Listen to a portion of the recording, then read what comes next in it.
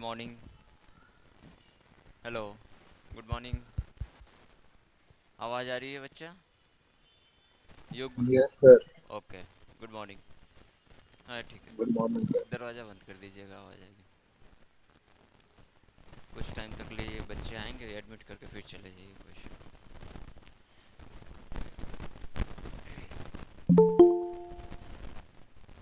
आज से आप लोगों की क्लासेस ऑनलाइन होंगी बच्चे।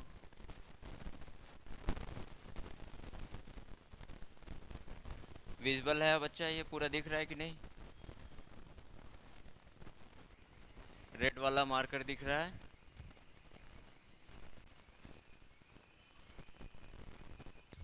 चलिए, प्रीवियसली हमने क्या पढ़ा था? सी आई एंड एस आई। सी आई क्या था? Compound interest. और एस आई आपका था सिंपल इंटरेस्ट। सिंपल इंटरेस्ट हमने पहले ही कवर कर चुका था। कुछ थोड़ा सा बचा है टॉपिक उसमें। आपके कंपाउंड इंटरेस्ट में जो डिफरेंट टाइप्स के होते हैं, टाइम एंड रेट कॉन्सेप्ट हो गया आपका, और एक एवरग्रीन मेथड बचा हुआ है। ठीक है, तो उस पर हम आप फोकस करेंगे क्योंकि उससे ज़्यादा क्वेश्चंस आते हैं। और रही बात, पहले हमने दो मेथड पढ़ाया था आपका, याद है? सी आई ट्री, और लास्ट में हमने बताया था सक्सेसिव मेथड, हाँ या ना? प्रीवियसली मैंने क्या दो पढ़ाया था? एक C I tree, compound interest tree कैसे बनाते हैं। दूसरा हमने पढ़ाया था आपका सक्सेसिव मेथड। क्लियर है? Successive method. इन तीनों का, सॉरी इन दोनों का आपका जो नेक्स्ट वाला मेथड है, that one is evergreen method. इस मेथड के थ्रू आप कोई भी प्रॉब्लम आप सॉल्व कर सकते हो। ठीक है, जितने भी कंपाउंड इंटरेस्ट और के सवाल होते हैं, उसमें जो वेरिएशंस होती हैं, सारे के सारे आप इस मेथड के बेसिस पे सॉल्व कर सकते हो। ठीक है, तो हम नेक्स्ट करते हैं एवरग्रीन मेथड। नेम से ही सजेस्ट हो रहा है ना आपका, कहीं भी एवरग्रीन।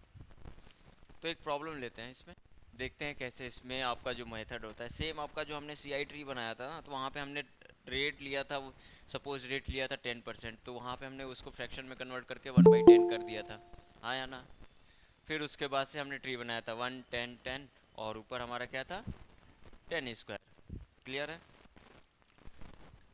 एक क्वेश्चन लेते हैं फिर उसके बाद देखते हैं।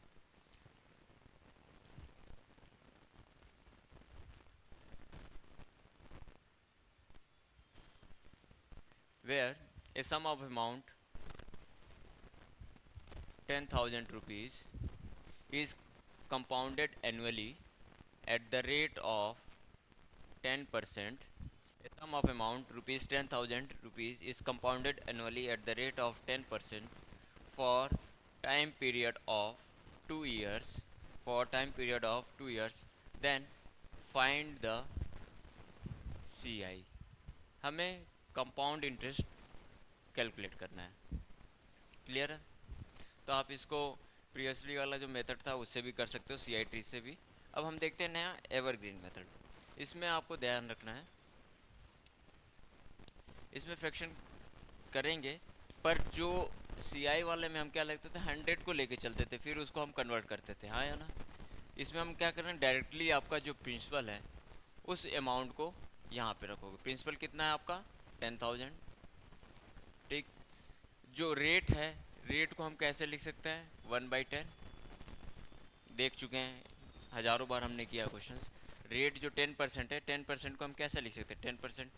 इसका एक पोर्शन आपका फर्स्ट ईयर के लिए, इस पे कितना इंटरेस्ट लगेगा 10% के हिसाब से? फर्स्ट ईयर के लिए आपका कितना लगेगा 10% के हिसाब से? 1/10 × 100, सॉरी 10,000 क्या हो जाएगा आपका? 1,000, हाँ या ना? फर्स्ट ईयर का। दूसरा हमारा दूसरे साल का जो आपका प्रिंसिपल अमाउंट है, उस पर 10% के हिसाब से आपका जो अमाउंट पे कितना इंटरेस्ट आएगा? सेम 1/10। इसका मल्टीप्लाई करोगे, ये हमारा मल्टीप्लिकेशन कर रहा है, मल्टीप्लाई करोगे तो क्या होगा बच्चा? 1,000। क्लियर है? क्लियर है? फिर उसके बाद आपका जो पहला वाला अमाउंट है, हमने बताया था कि कंपाउंड इंटरेस्ट में जो इंटरेस्ट होता है वो प्रीवियसली जो ईयर में जो भी इंटरेस्ट है उस पर भी आपका इंटरेस्ट लगता है। यस और नो? प्रीवियसली जो हमारा ईयर का इंटरेस्ट है वो उस पर भी आपका इंटरेस्ट लगता है। तो ये जो इंटरेस्ट है आपका, यही तो हमने लिखवाया था सीआई ट्री में, क्या था ये? फर्स्ट ईयर एसआई, जो पहले साल का एसआई है, सिंपल इंटरेस्ट है, वो यही तो था। अब इसमें हमने क्या किया, नेक्स्ट जब दूसरे साल का, ये हमारा दूसरा साल है और ये पहला साल, जब दूसरे साल का हम निकालेंगे तो वो भी कितना है रेट ऑफ इंटरेस्ट, 10। हाँ, तो कितना हो जाएगा इसका, 100 रुपीज़। 1000 का 10% कितना होगा, 100 होगा। ये जो चीज़ मैं बनाता था, ये जो चीज़ मैंने प्रीवियसली बनाया था, यही तो था सीआई, यही तो बनाया था सीआई ट्री, यही तो बनाया था मैंने, इसी को तो बनाया था। अब ये देखो, यहाँ पे हमने क्या लिखा था, दिस वन, सॉरी टोटल का हमारा क्या था समेशन, इसको क्या कहते थे, कंपाउंड इंटरेस्ट।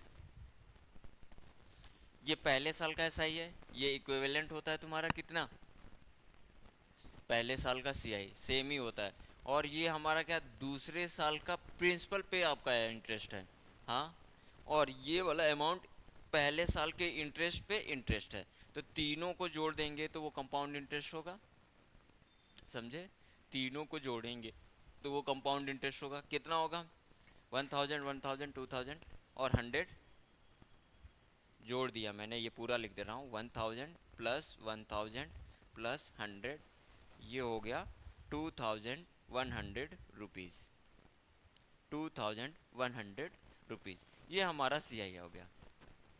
इतना समझ में आया? क्वेश्चंस में क्या पूछा है, find out the CI, clear, find out the CI. ये वैल्यू क्या होती थी, ये वैल्यू हमारी सी आई माइनस एस आई होती थी, हाँ या ना? ये वैल्यू जो होती थी हमारी, इसी को तो सी आई माइनस एस आई लिखते थे। अब ये कैसे आया, टोटल सी आई कितना है, टोटल सी आई आपका कितना है, 2100 रुपीज़, और एस आई कितना होगा, पहले साल का एस आई 1000 प्लस दूसरे साल का एस आई, ये जो है ये सिंपल इंटरेस्ट ही तो है। मैंने क्या बताया था कि एक साल का जो एस आई होगा, अगर रेट ऑफ इंटरेस्ट को आपका सेम है, तो वो कंटिन्यूस आपके हर साल के लिए क्या होगा, एस आई सेम ही होगा। तो पहले साल का एस आई 1000 है, तो दूसरे साल का 2 ईयर्स का पूछा है, तो 1000 है, तो टोटल एस आई कितनी हो जाएगी, 2000। 2100 में से 2000 घटाओगे तो कितना आएगा, 100। तो यही तो निकाला था हमने, C I minus S I, C I tree में। अब समझ में आया कहाँ से आया? नेक्स्ट हम बात करते हैं आपका, ये वाला तो समझ में गया ना, प्रिंसिपल जो है उस पे 10% के इंटरेस्ट से पहले ईयर पे कितना इंटरेस्ट आया, वो 1000। सेम जो फर्स्ट ईयर के लिए आपका एस आई है वही आपका सी आई के बराबर होता है। ये सिमिलरली आपका प्रिंसिपल पे 10% के इंटरेस्ट पे आपका कितना आपका बना इंटरेस्ट, 1000। ये दोनों आपके प्रिंसिपल पे लग रहे हैं। फिर इंटरेस्ट पे इंटरेस्ट लग रहा है, तो इन तीनों का जो आपका समावेश होता है, इन तीनों का एक्यूमुलेशन होता है, that one is known as a compound interest. Clear है?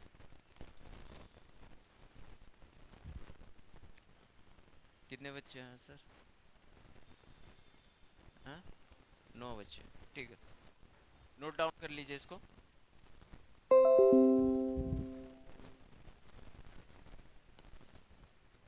क्वेश्चंस में आपका सी आई पूछा हुआ है, तो सी आई क्या हो जाएगा बच्चे, सी आई इज इक्वल टू 2100 रुपीज़।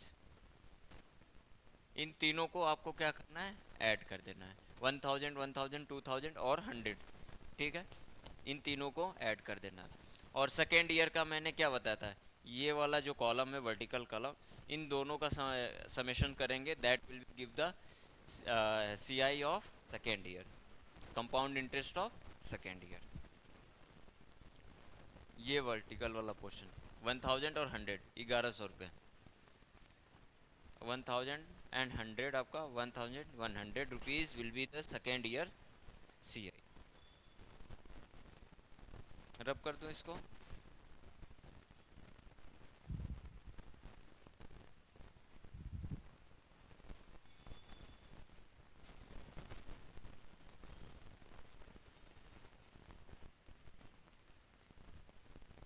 ये मल्टीप्लिकेशन है इसका, 10,000 का 10%, 10,000 का 10%, क्लियर है?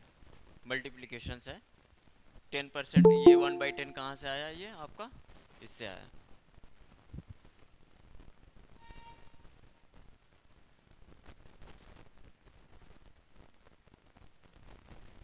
10,000 का 10%। क्लियर है? रब कर दूँ? बोलते रहना आप लोग, नहीं तो मुझे नहीं पता क्या चल रहा है ऑनलाइन में।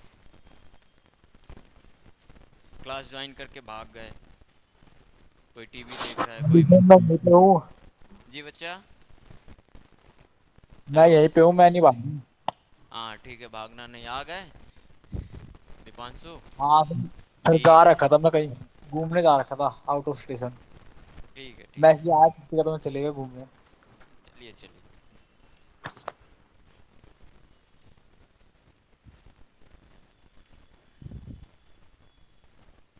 एक और देख लेते हैं, फिर उसके बाद से आपको नेक्स्ट वाला क्वेश्चन कराएंगे। जैसे कभी कभी क्वेश्चंस में आपका जैसे क्वेश्चन में मैंने बताया था कि जो पहला वाला ऑप्शन था सी आई ट्री वाला, उसमें आपका जब रेट ऑफ इंटरेस्ट फ्रैक्शंस में रहेगा, 1 के फॉर्म में रहेगा, 1/10, 1/6, 1/8, तो उससे कर लो, कोई दिक्कत नहीं है। बट इन केस आपका जो फ्रैक्शंस है वो वन न्यूमरेटर में नहीं रहेगा, डिनोमिनेटर में कुछ भी रह सकता है, न्यूमरेटर में 2, 3, 4, 5, 6 कुछ भी हो सकता है, फ्रैक्शंस में रहेगा। इन दैट केस आप ये मेथड यूज कर सकते हो। फॉर एग्जांपल, एक है आपका amount P 18,000, sorry 1,800 rupees, and rate of interest है आपका 66%, 66 एंड 2/3%, एंड टाइम पीरियड आपका सेम ही है, सी आई पूछा हुआ है। क्लियर है? तो रेट ऑफ इंटरेस्ट जो है आपका क्या हो जाएगा बच्चा, ये करोगे 66 मल्टीप्लाई करोगे 9200/3 हो जाएगा, हाँ या ना? परसेंट, इसको कन्वर्ट करेंगे हम फ्रैक्शन में तो क्या हो जाएगा, 2/3। क्लियर है? अब ट्री बनाते हैं, तो पहले मैंने बताया तो जो प्रिंसिपल है उसको लिख लो 1,800, 1,800, इसका आपका 2/3 कितना होगा, 2/3 कितना होगा, 1,800 का 2/3 निकालोगे तो ये क्या हो जाएगा, 600, 600 इंटू 2 करोगे 1,200, 1,200 होगा ना। 1,200। नेक्स्ट का आपका क्या होगा, सेम ही है, रेट ऑफ इंटरेस्ट 2/3 क्या हो जाएगा आपका, ये भी आपका क्या हो जाएगा, 1,200। क्लियर है? फिर नेक्स्ट मैंने बताया था जो पहले साल का इंटरेस्ट है उस पर भी आपका इंटरेस्ट लगेगा, किस रेट से, कितना है, 2/3। कितना हो जाएगा इसका, 3 इंटू 4 करोगे क्या हो जाएगा ये, 800। 2/3 ऑफ 1,200 कितना होगा, 800 ही तो होगा। क्लियर है? अब हमारा सी आई पूछा हुआ है, तो सी आई पूछा हुआ तो क्या हो जाएगा, इन तीनों का जो इंटरेस्ट निकाला है, summation of all this three, तो 1,200, 1,200 कितना हो गया, 2,400 plus 800, this will be 3,200 rupees, हाँ या ना? 1,200, 1,200, 2,400 प्लस 800, ये हो जाएगा 1,200 प्लस 1,200 प्लस 800, ये हो जाएगा 1,200, 1,200, 2,400 प्लस 800, 3,200। क्लियर है? इन केस अगर ये पूछता what will be the C I minus S I, यहाँ पे मैं लेता हूँ, अगर ये कुछ पूछता सी आई माइनस एस आई तो कितना हो जाएगा बच्चे, पहला ये आपका सी आई हो गया, दूसरा क्या हो जाएगा, सी आई माइनस एस आई, यही हो जाता है जो लास्ट वाला डिजिट है, सो जो लास्ट वाला आपका नंबर है ट्रायंगल में, that will be C I minus S I, 800 rupees, हाँ या ना? अगर फर्स्ट ईयर का आपका एस आई पूछता तो फर्स्ट ईयर की एस आई कितनी है, फर्स्ट ईयर की एस आई आपकी क्या हो जाएगी, 1,200। First year S I is equal to 1,200। I think ये पूरा क्लियर हो गया होगा। फर्स्ट ईयर एस आई आपकी हो जाएगी 1,200।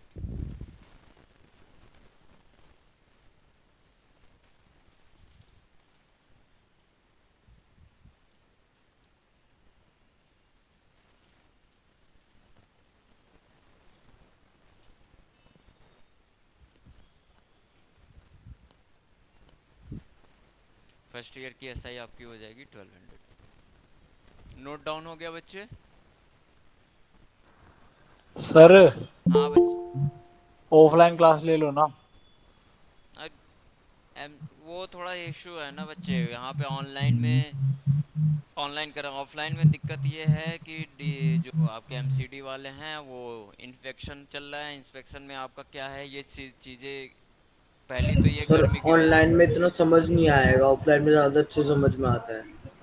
तो एक बार सर आप, ऑनलाइन घर के ऊपर से जा रहा है हाईवे की तरह।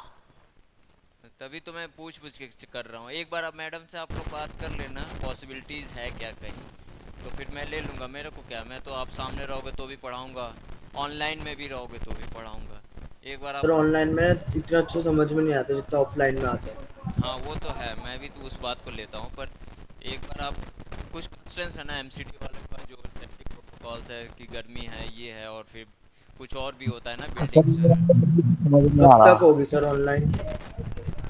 तो एक बार बात कर लेना, अभी अभी थोड़ा सा कर लो, धीरे धीरे चल रहा हूँ मैं। इसमें क्लियर है कि नहीं, कहीं दिक्कत है तो बताओ युग। सर मेरे को समझ नहीं आ रहा क्या करूं। हम्म। तो जैसे हम ये ट्रायंगल बना के कर रहे हैं, हम सिंपल तरीके से भी तो कर सकते थे। कौन सा फार्मूला बेसिस पे? सर फॉर्मूला बेसिस जैसे 1800 का 1800 हमने 2/3 का परसेंटेज निकाल दिया, फिर प्लस करके वापस वो 2/3 निकाल दिया। हाँ वो ऐसे भी कर सकते हो, पर ये है ना इस वाले में जो ट्रायंगल बनाते हो तो इसका कैलकुलेशन इजी हो जाता है। दूसरी चीज़ इसमें सारी चीज़ें आ जाती हैं, जैसे मैंने अभी बताया था आपको, वो सिंपल वाला करते जो बता रहे हो, उस तो उसमें सारी चीज़ें नहीं आएगी। क्वेश्चंस में आपका वेरिएशंस में क्या पूछता है, पहला आपका तो सिंपल पूछ दिया कि what will be the compound interest, तो वो तो कैसे भी निकाल लो, फार्मूले से भी निकाल लो चाहे ऐसे निकाल लो। बट इन केस क्वेश्चन में पूछा रहेगा कि what will be the C I minus S I, C I minus S I, उसके लिए आपको क्या करना पड़ेगा, फिर आपको एस आई निकालनी पड़ेगी 2 साल के लिए, हाँ या ना। फिर उसके बाद से सी आई निकालनी पड़ेगी 2 साल के लिए, क्योंकि टाइम पीरियड 2 साल का है, फिर दोनों को निकाल के फिर सम करोगे। तो यहाँ पे आपको इस ट्रायंगल में पूरा का पूरा इन्फॉर्मेशन मिलता है। पहले वाला क्या है, जैसे क्वेश्चंस में एक और पूछ देता है कि what will be the S I for 50 years, what will be the S I for 50 या मान लो 10 ईयर्स, तो 10 ईयर्स का एस आई क्या होगा। तो हमें पता है कि पहले साल का जो एस आई है 1200 रुपये, यही सेम कंटिन्यू होता है जो सिंपल इंटरेस्ट होता है। Simple interest will be same for the whole year, क्योंकि वो किस पे लगता है, प्रिंसिपल पे लगता है। कितने रेट से लग रहा है आपका, 2/3 यानी 66 एंड 2/3। तो ये 2/3 आपका जो निकालना है 1200 रुपये, ये पहले साल के लिए भी सेम रहेगा, दूसरे साल के लिए भी सेम रहेगा, चाहे 10वें साल के लिए। तो हमें पता चल गया कि ये जो सिंपल इंटरेस्ट निकाला हमने, तो ये हमारा 1200 1 साल का है, तो 10 साल का कितना हो जाएगा, 10 से मल्टीप्लाई कर दो। एक ये वेरिएशन हो गया। तीसरा वेरिएशन ये होता है कि क्वेश्चंस में डायरेक्ट आपका पी ना दे के ये दे दिया रहेगा कि the C I for the second year, previously मैंने क्लास में एक क्वेश्चन ऐसा करा है, C I for the second year is this, then find out the rate of interest, या फिर find out the principal amount. तो उसमें आपको पता है कि ये वाला जो पोर्शन है, पहली वाली क्लास तो मिस कर दी होगी ना आपने, तो उससे नहीं आ रहा होगा। तो 1200 और 800 ये दोनों का जो समेशंस है, यही हमारा होता है सेकेंड ईयर का सी आई। ये जो होता है, this one is the C I for second year. तो इसमें कैसे भी क्वेश्चंस बना दे, तो इसमें सारी की सारी इंफॉर्मेशन आपको दी रहती है, तो इसलिए बनाते हैं। हाँ, मुझे भी पता है कि आप लोग को लग रहा होगा क्वेश्चंस वगैरह जो हैं फार्मूले बेसिस पे कर लो, बट सर हाँ बताओ बच्चा। जैसे इसमें S I for 10 years they रखा है, तो हम सी आई फॉर 10 ईयर्स आ सकते हैं कभी? एस आई फॉर, जैसे आपने एग्जाम्पल लिया था एस आई फॉर 10 ईयर्स, हाँ हाँ, इसमें सी आई फॉर टेन नहीं ईयर्स नहीं 5 ईयर्स आ सकता है? नहीं नहीं, इस वाले में ट्रायंगल वाले में सी आई फॉर 10 ईयर्स 5 ईयर्स नहीं जा सकते, क्योंकि फार्मूला आपका जो होता है तो उसमें पावर में रहती है, पता है ना। अमाउंट फॉर जो सी आई हम निकालते तो उसमें जो फार्मूला लिख देते P into 1 + R/100 to the power T. T क्या है आपका, टाइम पीरियड ही तो है। हमने यहाँ पे 2 साल का लिया है, T is equal to 2 years. Maximum आपके केस में जो सी यू टी के एग्जाम होते हैं 2 साल या 3 साल तक मैक्सिमम आता है, उससे ज़्यादा नहीं आएगा। तो 10 साल का तो क्वेश्चंस आपका पूछता ही नहीं, 10 साल तो बहुत रेयरली पूछता है। 10 साल वाले जो क्वेश्चंस आते हैं वो आपके टाइम एंड रेट कॉन्सेप्ट पे आते हैं, कि जैसे कि एक कुछ अमाउंट है 8000, वो 4 साल में डबल हो जा रहा है, तो वही अमाउंट कितने साल में आपका ट्रिपल होगा, सॉरी क्या कहते हैं 27 टाइम्स होगा या 28 टाइम्स होगा या 8 टाइम्स होगा, वो वाला क्वेश्चन इस पे आता है। जो बाकी जो सी आई कैलकुलेशन का है वो मैक्सिमम आपका 2 में ही चल जाता है, या तो 3 ले जाएगा, 4 तो ले जाना ही नहीं है क्योंकि उसमें कैलकुलेशंस आपकी ज़्यादा हो जाती है।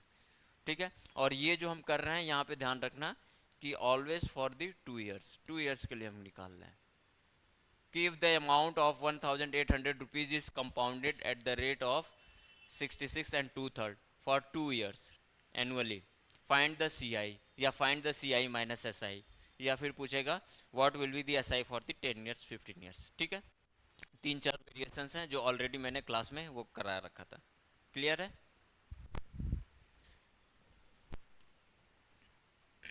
रब कर दूं बच्चे?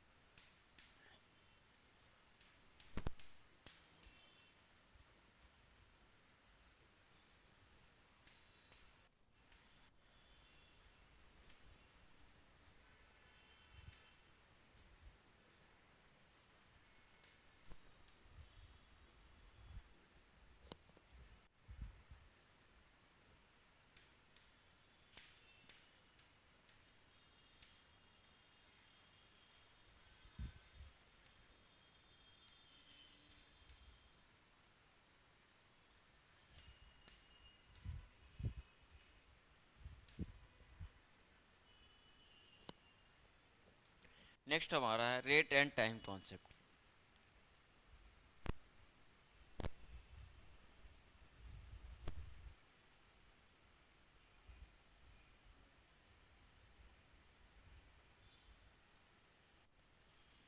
रेट एंड टाइम कॉन्सेप्ट, इसमें जैसे मैंने बताया था रेट एंड टाइम कॉन्सेप्ट में आपका कुछ अमाउंट दिया रहेगा कि this amount will be doubled in 3 years, then what will be the time, या ये इतना अमाउंट आपका 1 साल में इतना हो जा रहा है तो 3 साल में कितना होगा, किस रेट पे होगा। तो इस वाले क्वेश्चंस में हम रेट एंड टाइम कॉन्सेप्ट का देखेंगे। इसमें भी आपका क्या है, सिंपल हम एक अप्रोच मेथड बताएंगे जिससे आपका वो हो जाएगा। बाकी फार्मूले से करना चाहो तो कर सकते हो, उसका भी एक फार्मूला है। ठीक है, क्वेश्चंस देखते हैं।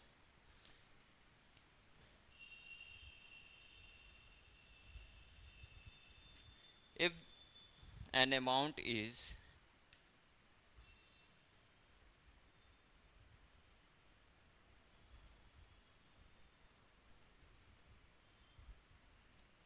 2.25 times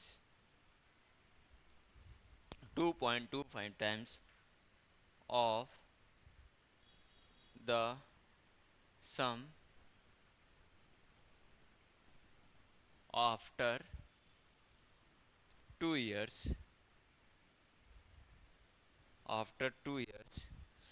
at compound interest at compound interest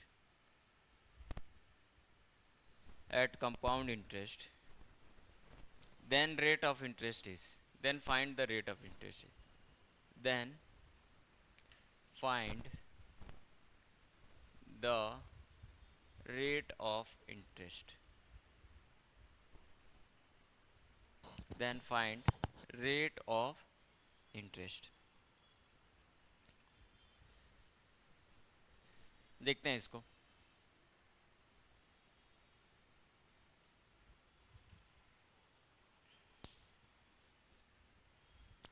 इसमें जो बेसिक्स है, जैसे कह रहा है कि कोई एक अमाउंट है जो सम है वो 2 साल में आपका कितने टाइम्स हो रहा है, 2.25, हाँ या ना, ये दिख रहा है ना ये पॉइंट पे 2.25। तो इसको आपको एक अप्रोच मेथड ये होता है कि अगर आपका एक अमाउंट हमने लिया 1 रुपीज़, ये कितना हो जा रहा है, 2.25 रुपीज़ हो रहा है, टाइम्स हो रहा है, हाँ या ना। कितने साल में हो रहा है, 2 साल में। इन दोनों में एक आपका डेसिमल है, तो आप ऐसे भी लिख सकते हो कि इसको अगर 100 से मल्टीप्लाई करेंगे तो ये 100 हो जाएगा। 100 से मल्टीप्लाई करेंगे डेसिमल को हटाने के लिए, तो ये कितना हो जाएगा, 225, 225। क्लियर। अब जो टाइम पीरियड है, जो आपका टाइम पीरियड है कि वो अगर 2 है तो उसका रूट ले लेंगे। जैसे टाइम पीरियड हमारा 2 है तो यहाँ पे हम क्या लेंगे, इसका स्क्वायर रूट ले लेंगे। हाँ, दोनों सर तरफ। हाँ बच्चे। ये 1 कहाँ से आया ऊपर? 1 मैंने लिया कि अगर कोई एक अमाउंट 1 रुपया है तो वो अमाउंट 2.25 हो जाएगा कि नहीं। बात वही है ना कि ये क्या कह रहा है कि आपका इफ एन अमाउंट इज 2.2। पहले इसको चलो अप्रोच से देख लो, अब उससे बेसिक से देख लो, फिर इसके बाद से ये बताता हूँ। बेसिक्स में हमारा क्या था बताओ।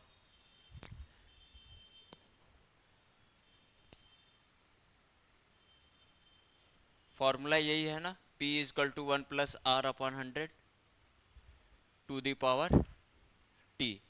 ए आपका अमाउंट है, पी हमारा क्या है, प्रिंसिपल है, आर आपका इंटरेस्ट रेट है, अब कंपाउंड इंटरेस्ट रेट है, और टी हमारा क्या है, टाइम पीरियड है। इतना तो क्लियर है।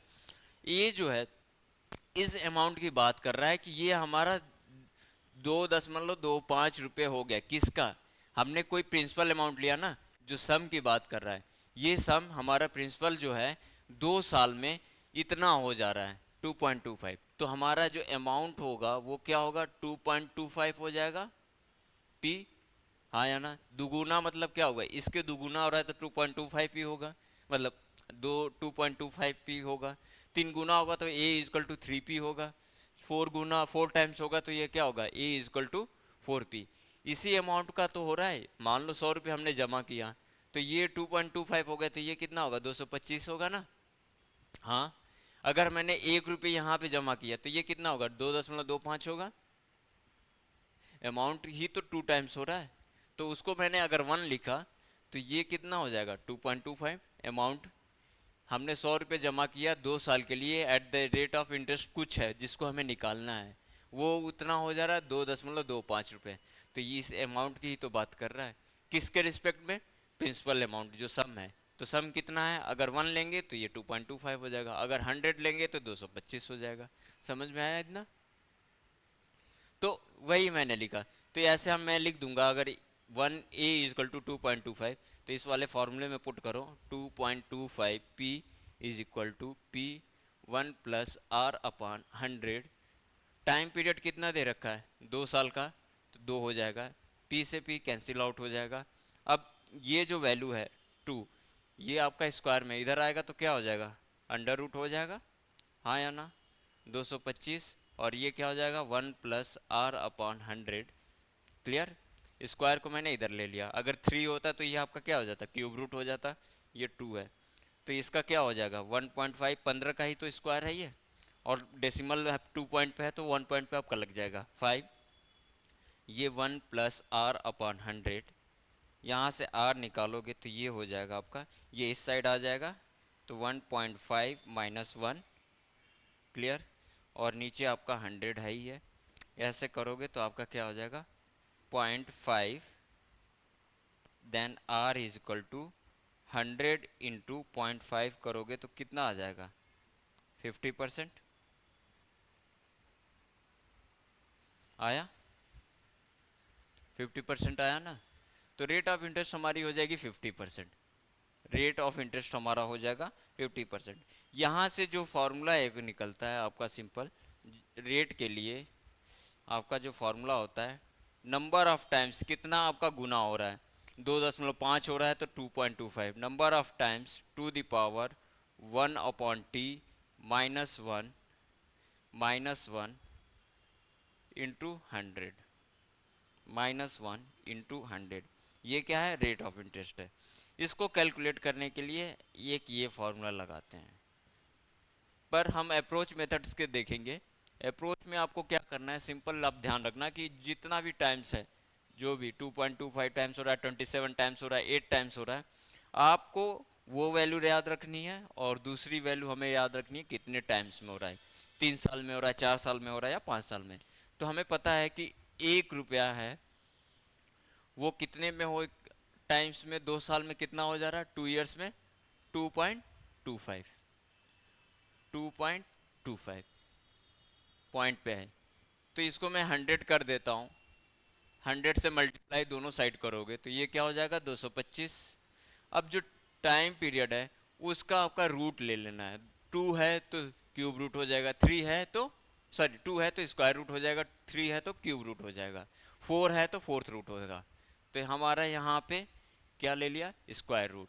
इसका हमने क्या ले लिया, स्क्वायर रूट।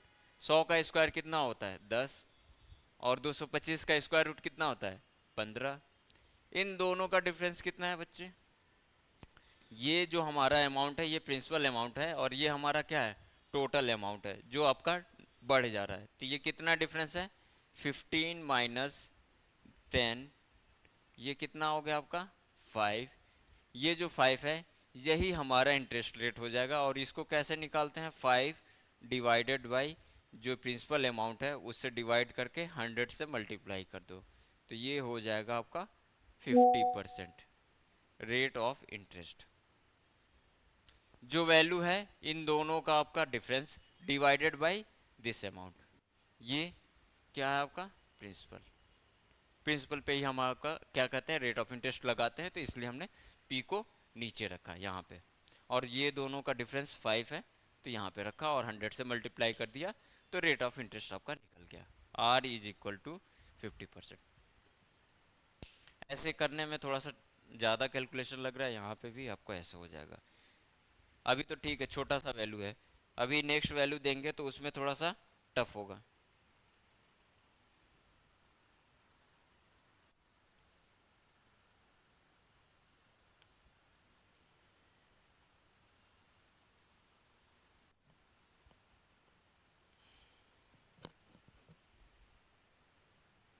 रब कर दूं,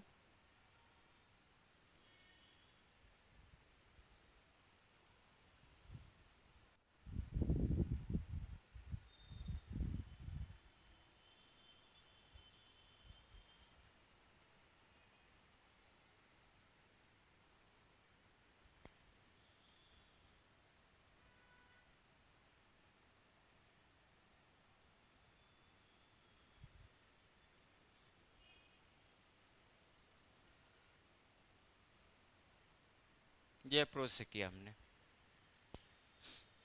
आपको ध्यान रखना है जो टाइम्स है उसको इधर रखना, और ये आपका नंबर ऑफ ईयर्स जो आपके टाइम पीरियड है वो ध्यान रखना। अगर 2 है तो यहाँ पे स्क्वायर रूट होगा, 3 है तो यहाँ पे क्यूब रूट होगा, 4 है तो आपका फोर्थ रूट होगा। मतलब कि 4 साल में हो रहा है या 2 साल में हो रहा है या 3 साल में हो रहा है, तो जितना होगा टाइम पीरियड उसके हिसाब से हम उसका रूट ले लेंगे। हो गया बच्चे,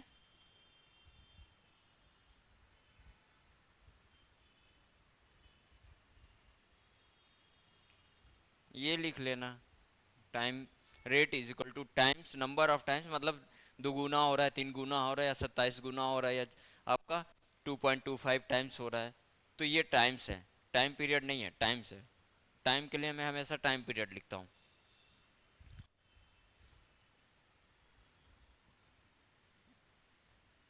अभी देखोगे 1-2 क्वेश्चन देखोगे तो एकदम वो हो जाएगा, फ्लुएंसी आ जाएगी कि हाँ इसको कैसे करना है। और ये क्वेश्चन ऐसे हमेशा पूछता है, सारे एग्जाम में पूछता है, आपके में तो पूछेगा ही, और भी बाकी जो प्रीवियस एग्ज़ाम्स होते हैं या फिर होंगे इन फ्यूचर पीजी के लिए उसमें भी पूछेगा।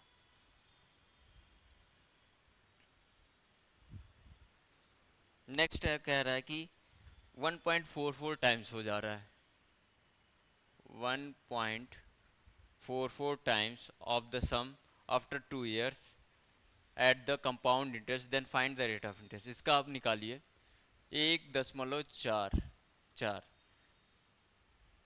मैंने क्या बताया था आपका, ये आपका 1 है, ठीक है, कितने टाइम्स हो रहा है आपका 1.44, कितने साल में, ईयर आपका सेम है, ठीक है, तो 100 से मल्टीप्लाई कर दो तो ये क्या हो जाएगा 144। अब ये हमारा 2 साल है तो क्या हो जाएगा इसका स्क्वायर रूट, इसका क्या हो जाएगा आपका स्क्वायर रूट, हाँ है ना।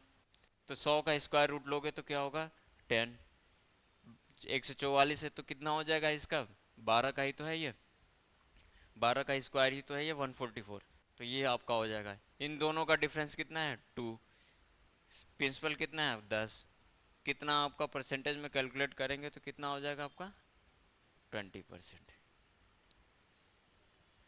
आ गया 3 लाइन में, आया ना। जो टाइम्स है 1.44, कितना ईयर में हो रहा है आपका, 2 साल में, 2 साल लिख लो। 1 रुपया आपका 1.44 रुपया हो जा रहा है 2 साल में, तो फिर उसको या तो ऐसे भी कर सकते हो, मैंने इसलिए किया कि डेसिमल से थोड़ा सा बच्चों को वो होता है ना कन्फ्यूजन, नहीं तो आप सिंपल इसका 1.2 ही आता और इसका क्या आता 1 आता, फिर इन दोनों का डिफरेंस लेते तो 0.2 आता, 0.2 डिवाइडेड बाई 1 इंटू 100 करते तो वो भी 20% ही आता, वो भी 20% ही आता।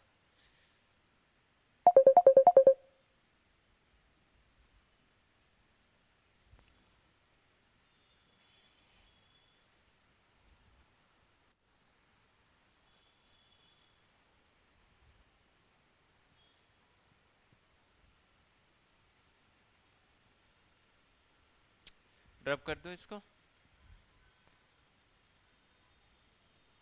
नेक्स्ट है आपका, इसमें ही एक और देख लेते हैं क्वेश्चंस, थोड़ा सा, जैसे ये ले लेते हैं, बिकम 27 टाइम्स इन 3 years, 3 साल में हो रहा है, then find the rate of interest, हमें रेट ऑफ इंटरेस्ट निकालना है, तो कैलकुलेट करिए। 27 हो रहा है, 1 रुपया आपका कितना हो रहा है 27 रुपीज़, कितने साल में, 3 साल में, then find the rate of interest, क्या हो जाएगा आपका 27 टाइम्स 1 रुपीज़ बिकम 27 इन हाउ मैनी ईयर्स, 3 years, जो टाइम है वो आपका चेंज हो गया, तो मैंने क्या बताया था, जो टाइम पीरियड होगा उसका रूट ले लेंगे, 3 है तो यहाँ पे क्यूब रूट ऑफ 1, और ये क्या है 27 है तो इसका क्यूब रूट ऑफ 27, इसका क्या हो जाएगा 1, ये कितने का है क्यूब 3 का, तो 3 हो जाएगा, इन दोनों का डिफरेंस कितना है 2, और ये कितना है 1 इंटू 100, तो ये आपका कितना हो जाएगा, रेट ऑफ इंटरेस्ट हो जाएगा 200 रुपीज़, सॉरी 200%, जो रेट ऑफ इंटरेस्ट हो जाएगा आपका 200। क्लियर है, 3 साल में 27 गुना हो रहा है तो इंटरेस्ट आपका ज़्यादा लगेगा तभी होगा वैल्यू, तो इसलिए आपका आ रहा है 200। तो ऐसे क्वेश्चंस आएंगे तो इसमें स्क्वायर रूट क्यूब रूट आपको पता होनी चाहिए कि 20-25 तक का मैक्सिमम आता है, ज़्यादा उससे बड़ा नहीं आएगा।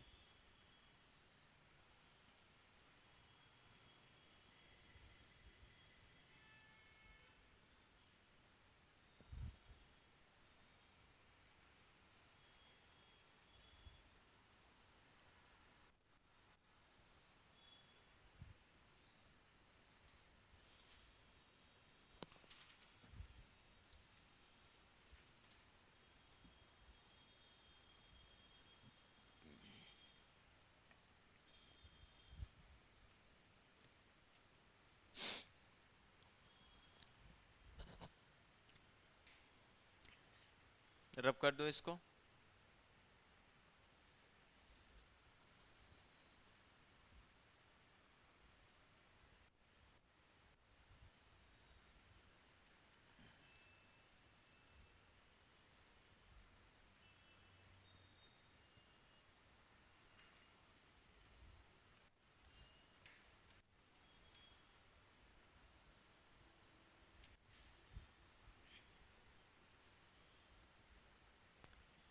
एक दूसरा डिफरेंट टाइप का क्वेश्चन है रेट एंड टाइम कॉन्सेप्ट पे, रेट एंड टाइम पे, a sum of money placed at CI compound interest, sum of money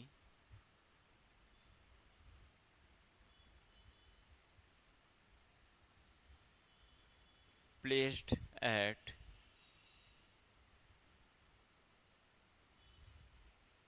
compound interest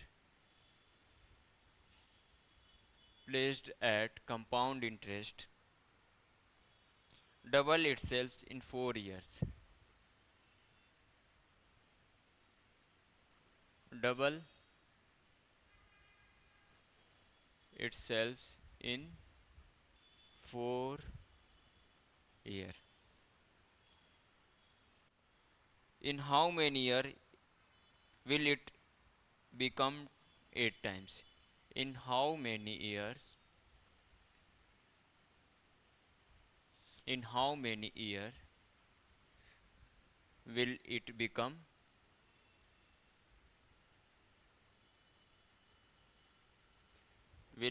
कितना है? 8 टाइम्स, 8 गुना हो जाएगा, 8 times. In how many year, कह रहा है कि एक अमाउंट है जो कंपाउंड इंटरेस्ट के रेट पे रखा गया है, वो डबल हो जा रहा है 4 साल में, ठीक है। तो आप टाइम पीरियड बताइए जिसमें वही सेम अमाउंट आपका क्या हो जाएगा, 8 गुना हो जाएगा, हाँ या ना। टाइम पीरियड बताना है, क्लियर। तो देखो इसको बेसिक्स वाले में जैसे मैंने प्रीवियसली बताया था ना, amount is equal to P into 1+r/100 बताया था। तो वैसे भी कर सकते हो, वहाँ से आप क्या करोगे, रेट ऑफ इंटरेस्ट कैलकुलेट करोगे, फिर उसको नेक्स्ट वाले में आपको वैल्यू को पुट कर दोगे, क्योंकि वहाँ पे जो पहला वाला कंडीशंस लोगे क्या है, दुगुना हो रहा है ना, तो a is equal to 2p हो जाएगा। तो 2p की वैल्यू रख के p इंटू 1+r/100, p से p कैंसिल आउट हो जाएगा, r की वैल्यू निकल जाएगी, ठीक है। तो वो हमारा इंटरेस्ट निकल गया।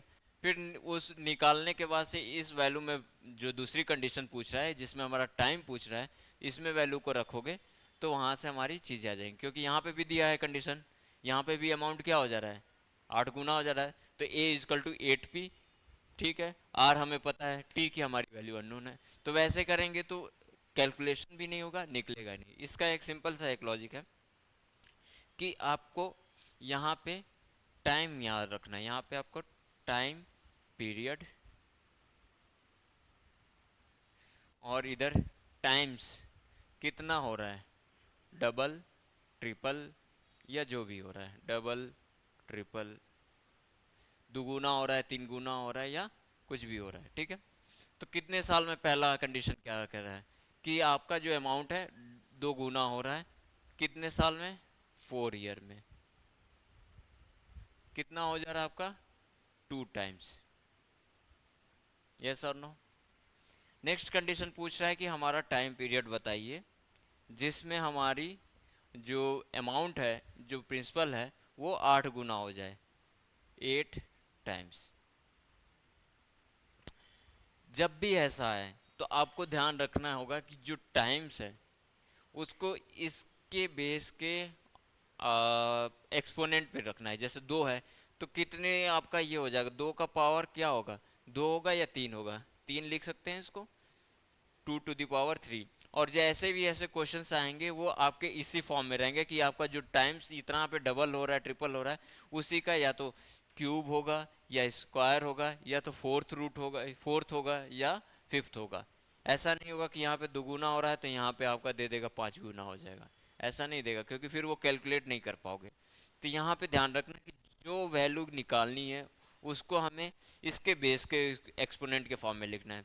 तो 8 है तो 2 के फॉर्म में क्या लिख सकते हो, 2⁻³ या क्यूब ऑफ 2, क्लियर है।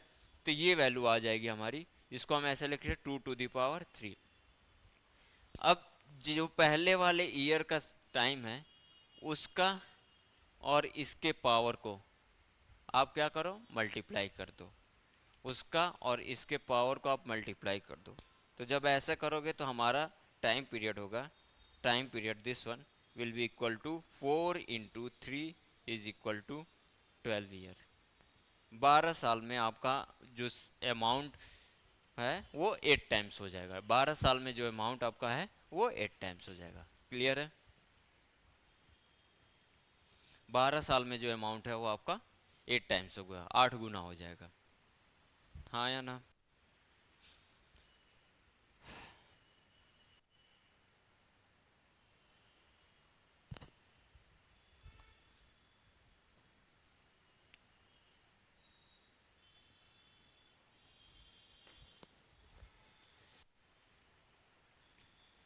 ध्यान रखना है इसमें क्या करना है, जो नंबर ऑफ ईयर्स है वो कितना हो रहा है, इधर टाइम लिखना है, टाइम पीरियड, और इधर लिखना है आपका टाइम्स, डबल हो रहा है, ट्रिपल हो रहा है या क्वाड्रपल हो रहा है। ठीक है, तो डबल हो गया, तो यहाँ पे 2 टाइम्स हमने लिख दिया, कितने साल में, 4 साल में। तो अब नेक्स्ट पूछ रहा है 8 गुना कब होगा, तो ये जो टाइम्स होगा यहाँ पे उसको हमें क्या रखना है, इसके बेस के एक्सपोनेंट के फॉर्म में रखना है। तो यहाँ पे देखते हैं 8 है तो 2 का क्यूब ही आपका है, ये 8 हो जाएगा। इसका एक्सपोनेंट और यहाँ का पहले वाले जो टाइम पीरियड है उसका मल्टीप्लाई कर देंगे तो हमारा नेक्स्ट टाइम पीरियड निकल जाएगा। क्लियर है। नेक्स्ट इसी में एक देखते हैं। A sum of money is placed at compound interest become triple 3 गुना हो जा रहा है, become triples itself in how many years, 7 year, in 7 year, 7 साल में।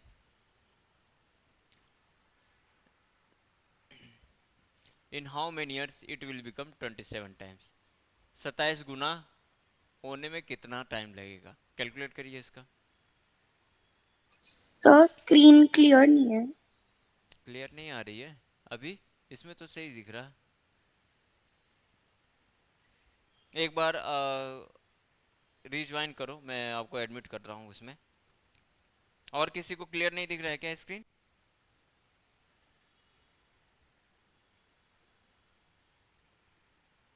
युग, पार्थ, क्लियर दिख रही है स्क्रीन? यशु,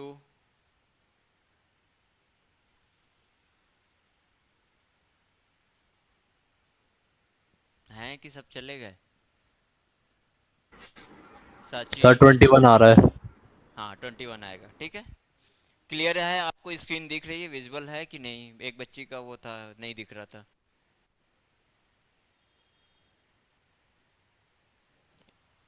हेलो, मैं पूछ रहा हूँ ये दिख रहा है बोर्ड वगैरह, क्लियर आ रहा है, ब्लर आ रहा है या नहीं दिख रहा है, पूरा ब्लैक हो रहा है? दिख रहा है सर। एक बार बच्चे सर आप, 21 ईयर का आंसर है। हाँ 21। तो एक बार बच्चे आप, जो था स्क्रीन नहीं दिख रही थी, और रीज्वाइन करो चेंज करके, एक बार लॉग आउट कर लो डिस्कनेक्ट करके, फिर रीज्वाइन कर लो। एडमिट में कर दे रहा हूँ उसमें। तो अब प्रीवियस वाले क्वेश्चन से करते, जैसे बेसिक से करते तो बहुत टाइम लगता। क्या है इसमें आपका 7 ईयर, पहला जो है टाइम पीरियड 7 ईयर है, कितने टाइम का हो जा रहा है आपका, 333। नेक्स्ट हमारा टाइम पीरियड पूछा है, ऐसे ही एज इट इज क्वेश्चन पूछेंगे, कितने टाइम्स का हो जा रहा है आपका, 27 टाइम्स, 27 टाइम। तो जब ये 27 टाइम है तो हमने बताया था कि जो पहला वाला एक कंडीशन दे रखा, उस कंडीशन के हमें पावर में लिखना है। तो कितना है, 3 है, तो ये वैल्यू हम क्या लिख सकते हैं, 3 to the power 3 या 3 का क्यूब, यही तो होगा। 3 × 3 × 3, 9 × 3 करोगे 27 हो जाएगा, हाँ या ना? तो ये 7 है, इन दोनों का मल्टीप्लाई करोगे, किसका, पहले वाले ईयर का और इसके पावर का, तो क्या वैल्यू हो जाएगी आपकी, time will be 7 × 3, 21 year. Yes, आ गया। सिंपल क्वेश्चन है, ऐसे ही आएगा तो 5 नंबर का। अगर आ गया, इसमें से आ गया तो ठीक है, नेक्स्ट वाले में से आ जाएगा तो वो भी ठीक है। या तो अपना CI/SI का दे देगा कि फाइंड दी कंपाउंड इंटरेस्ट या सिंपल इंटरेस्ट वाला क्वेश्चन जो हमने भी प्रीवियसली किया था 3 मेथड से, तो वैसे आ जाएगा तो वो भी ठीक है। तो इन तीनों में से एक ना एक तो क्वेश्चन आएगा, एक कंफर्म है, 2 भी आ सकते हैं।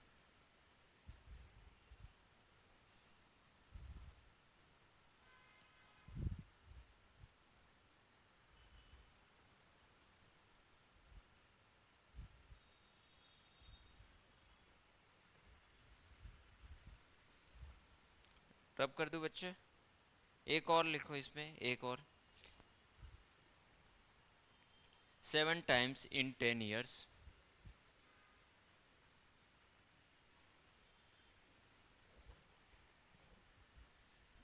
7 times in 10 years, 7 times in 10 years, then find in how many years it will become 2400. How many it will become 2400 one times.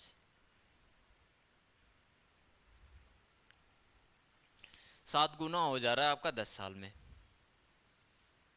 तो पूछ रहा है कि 2401 गुना कितने साल में होगा। 2401 बहुत आसान है, ये जो आपका जितना पहले बार का गुना हो रहा है उसी का आपका एक्स पावर में आएगा, चाहे 2 आएगा, 3 आएगा, 4 आएगा। तो आपको देखो ये कितना हो रहा है 10 साल में, 10 ईयर, क्योंकि टाइम है, कितना गुना हो जा रहा है आपका 7 टाइम्स। नेक्स्ट पूछा है टाइम बताइए, in how many year it will become 2401 times. 40 years. 40 years. क्यों? क्योंकि ये जो आपका ये वाला पावर होगा 7 का कितना होगा, 3 का रखोगे तो नहीं, 7 का दुगुना रखोगे तो होगा नहीं, 49 होगा। नेक्स्ट रखोगे तो कितना होगा आपका, कितना होगा 7 का क्यूब कितना होता है बताओ, 7 का क्यूब कितना होता है,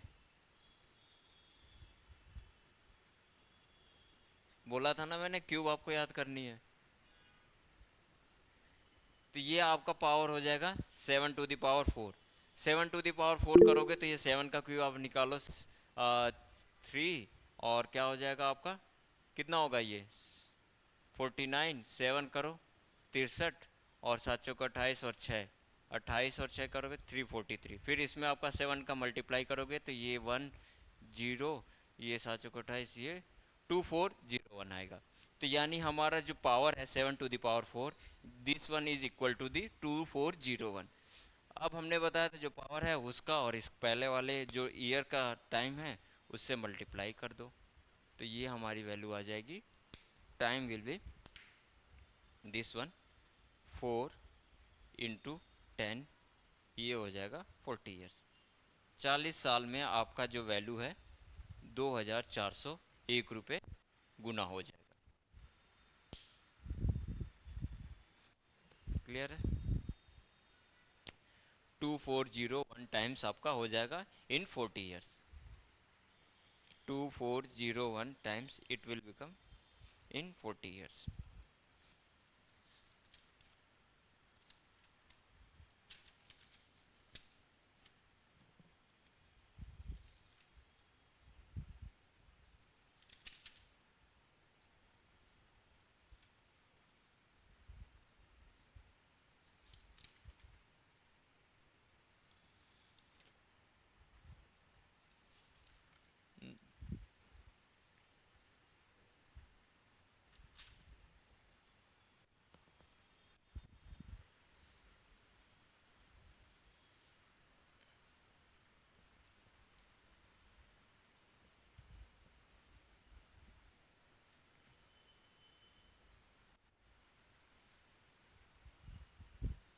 रब कर दो बच्चे।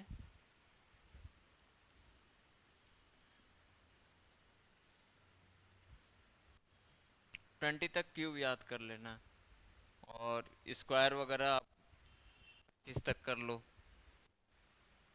साथ साथ उनका cube, cube root, square, square root, ये साथ साथ आप लिख के एक जगह रख लो, सामने की देखते रहो तो थोड़ा बहुत याद रहेगा।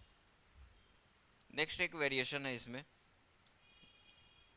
कुछ क्वेश्चंस में, दूसरा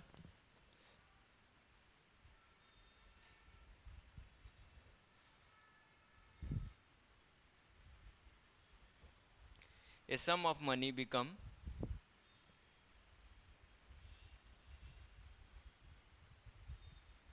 a sum of money become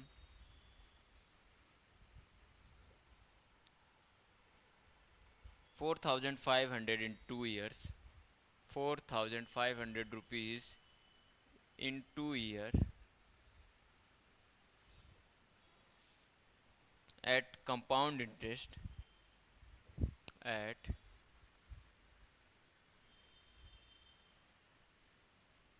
at compound interest and become and वही अमाउंट जो हो रहा है फिर दोबारा 6,750 रुपये 6,750 रुपीज़ इन 4 ईयर्स, 4 साल में वो 6,750 rupees. Then find the principal, then find principal amount हमें निकालनी है।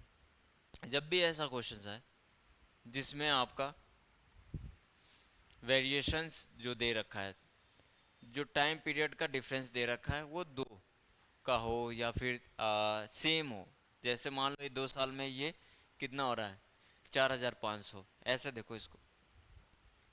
जो P है प्रिंसिपल अमाउंट है, ये कितना हो जा रहा है 2 साल में after 2 years at compound interest 4,500 rupees. Yes, फिर 2 साल यानी 4 साल में और कितना हो रहा है, क्योंकि ये कह रहा है ना 4 ईयर्स, ये 6,750 बन रहा है 4 साल में, तो यहाँ तो 2 साल तो ऑलरेडी कंप्लीट कर चुका है, तो ये टाइम डिफरेंस कितना होगा 2 ईयर्स का होगा। यस और नो, कितना हो जा रहा है ये टोटल 6,750 रुपये। जब भी आपके टाइम डिफरेंस, जो आपका टाइम इंटरवल है दिस एंड दिस, और जो अमाउंट है वो 2 मतलब टाइम्स नंबर ऑफ टाइम्स में दिया रहेगा, तो इनका रेशियो और इसका रेशियो ऑलवेज सेम होगा। नोट, जब भी टाइम डिफरेंस आपका क्या होगा सेम होगा, whenever time gap is same, जो टाइम गैप है सेम होगा, देन रेशियो ऑफ अमाउंट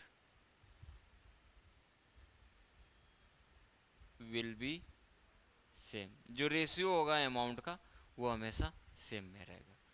ठीक है, तो हमारा रेशियो क्या हो सकता है, पहला 6,750 divided by this one 4,500 is equal to 4,500, बड़ा वाला अमाउंट पहले ले रहे ना, इसको हमने पहले लिया, डिवाइड किया ये, तो ये P से तो ज़्यादा है, तो इसलिए हमें पहला वाला जो अमाउंट लेंगे ऊपर न्यूमरेटर में 4,500 डिवाइड करेंगे हम प्रिंसिपल अमाउंट से। क्लियर है, तो अब इसको कैलकुलेट करो, यहाँ से 0 कैंसिल हो जाएगा, ये क्या हो जाएगा 15 से हम डिवाइड करते हैं, 15 60 15 25 75, ठीक है, 45 डिवाइडेड बाई 3, तो ये ऐसे यहाँ से भी कैंसिल हो जाएगा, ये 100 45 का है 100, P इज इक्वल टू आपका क्या हो जाएगा 3 से ही 300 इधर आ जाएगा 3000, P is equal to 30 into 100 is equal to 3,000 rupees. जो प्रिंसिपल आ जाएगा आपका 3,000 हो जाएगा। इन दोनों में 15 से डिवाइड करोगे तो ये 45 हो जाएगा, ये 30, 45 से 45 कट के 100 हो जाएगा, 100 इंटू 30 करोगे तो 3,000 रुपीज़ आपका प्रिंसिपल हो जाएगा। तो यहाँ पे हमें ध्यान रखना है कि जो टाइम गैप है या टाइम डिफरेंस है ये क्या है आपके सेम है। जब सेम होंगे तो रेशियो जो अमाउंट का होगा विल ऑलवेज सेम, हमेशा सेम रहेगा। अगर डिफरेंट होगा तो उसका एक और देख लेते हैं क्वेश्चंस कैसे करेंगे उसका,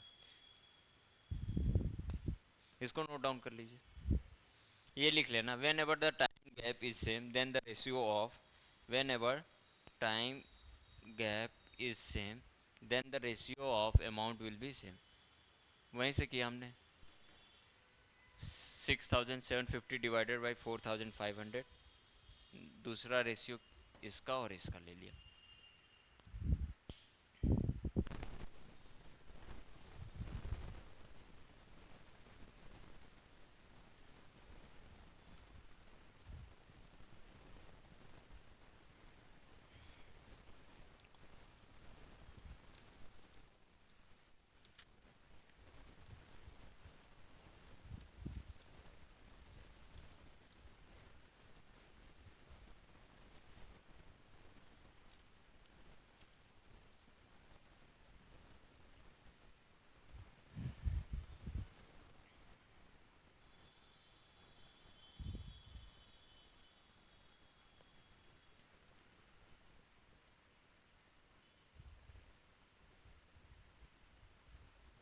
6,000 सॉरी 66,300। और नेक्स्ट है कितना हो रहा है 99,450। 99,450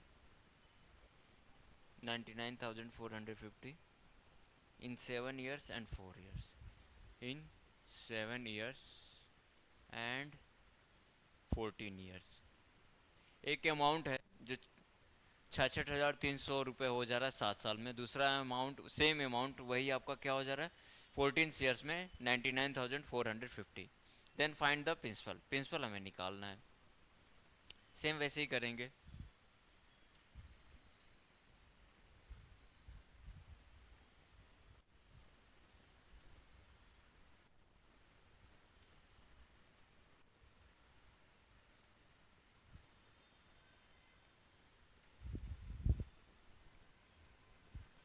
कितना है प्रिंसिपल 7 साल में 7 ईयर्स में कितना हो जाएगा 66,300। सेम आपका 14 ईयर्स, तो यानी 7 साल तो ये ऑलरेडी हो चुका, 14 साल में जा रहा है ये, तो यहाँ पे कितना हो जाएगा 7 ईयर्स। हाँ या ना? कितना हो रहा है 99,450 रुपीज़। अब हमने देखा कि जो टाइम पीरियड है आपका क्या है, जो टाइम गैप है या टाइम पीरियड का जो डिफरेंस है वो सेम है। टाइम गैप जब सेम है तो आपका रेशियो क्या होगा, सेम होगा अमाउंट का। 99,450 divided by 66,300 is equal to this and this. 66,300 divided by P, यहाँ से कैंसिल आउट हो जाएगा। 15, हाँ 15 से कर लो, 15 चौके 60, 6 60, ये क्या हो जाएगा 2, ये कितना हो जाएगा 15 छक्के 90, 9 15 छक्के 9 45। ठीक है, हाँ यही होगा 15 छक्के 90, ये ठीक। यहाँ से यहाँ कैंसिल आउट हो जाएगा, ये 100 हो जाएगा।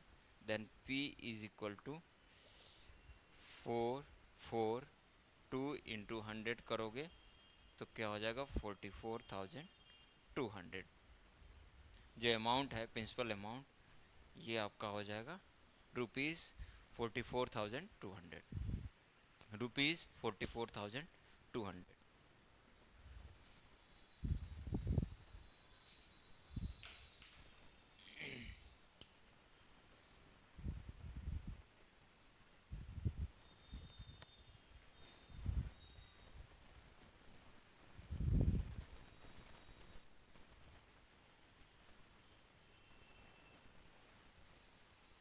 सो रहे हैं कि पढ़ रहे हो तुम लोग? यहाँ पे रहते तो दिखता था। क्लियर है इसमें?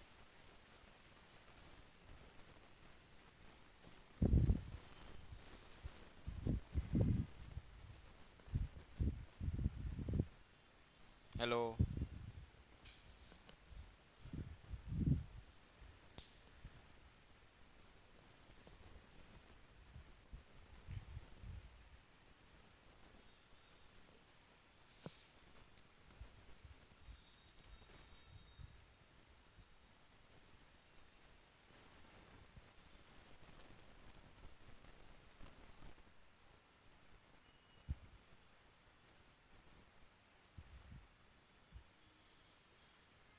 रब कर दूं इसको?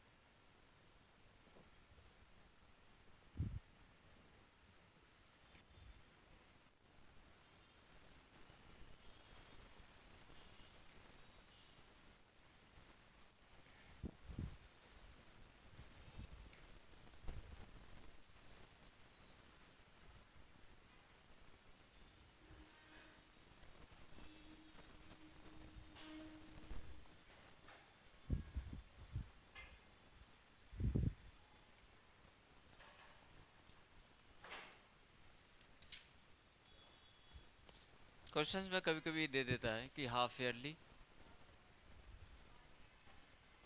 और क्वार्टरली।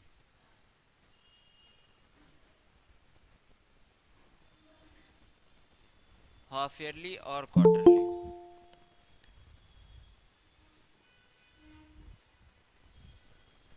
हाफ ईयरली और क्वार्टरली।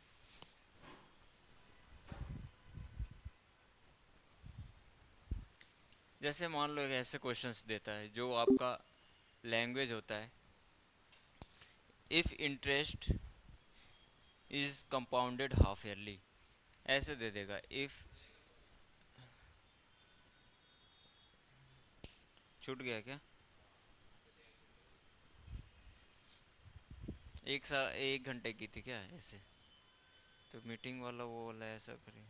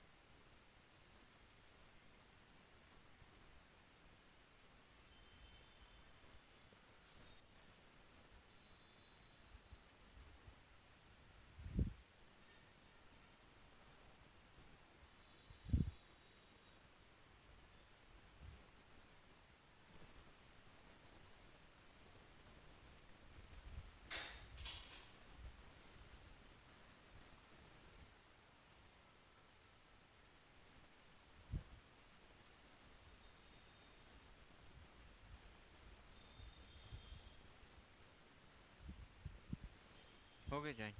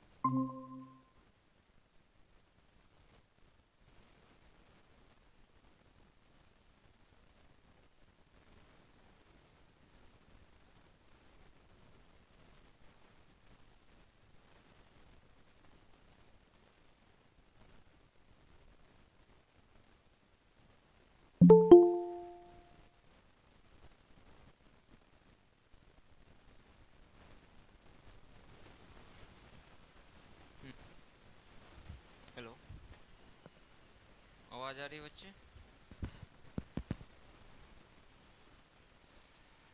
कुछ इशू हो गया था, उसकी वजह से लॉग आउट हो गए थे आप लोग। ठीक है, आवाज़ आ रही है कि नहीं?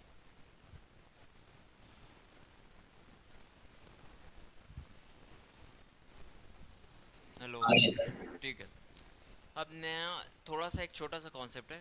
बाकी जो कैलकुलेशंस इसमें जो हम करते थे सी आई वैसे में, तो उसमें एक चीज़ ध्यान रखना, जब भी क्वेश्चंस में हाफ ईयरली या क्वार्टरली का आपका कॉन्सेप्ट यूज हुआ होगा, half yearly and quarterly concept, तो उस क्वेश्चंस में आपको ध्यान से देखना है। क्वेश्चंस में जो आपका इंटरेस्ट लग रहा है कंपाउंडेड एनुअली लग रहा है, या हाफ ईयरली लग रहा है, या क्वार्टरली लग रहा है, तो उसमें आपको ध्यान रखना कि जो वैल्यूज़ दी होंगी उसमें ये मेंशंस रहेगा कि if a sum of amount is compounded annually, if a sum of amount is compounded half yearly, if a sum of amount is compounded quarterly. तो यहाँ पे हाफ ईयरली क्वार्टरली का जो कॉन्सेप्ट होता है, तो इसमें बस केवल दो ही चेंजेस होते हैं। सॉल्यूशंस में आपको कैलकुलेट कर लेना।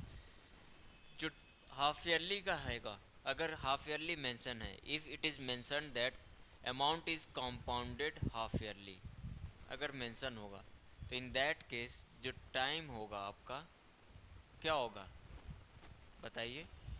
एक साल में आपके कितने हाफ ईयरली एग्ज़ाम होते हैं? एक या दो?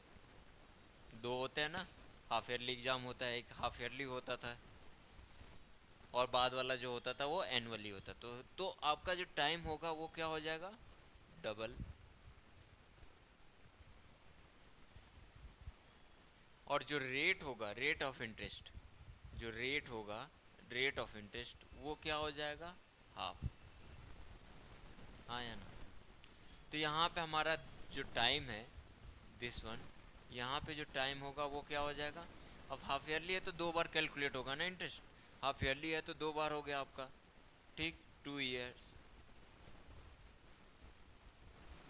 अब जब 2 साल बना रहे हैं तो जो रेट ऑफ इंटरेस्ट उसी के अकॉर्डेंस में आपका कम हो जाएगा। तो यहाँ पे 20 है तो क्या हो जाएगा? ये आधा, यानी 10%। इस क्वेश्चंस के अकॉर्डिंग मैं बता रहा हूँ।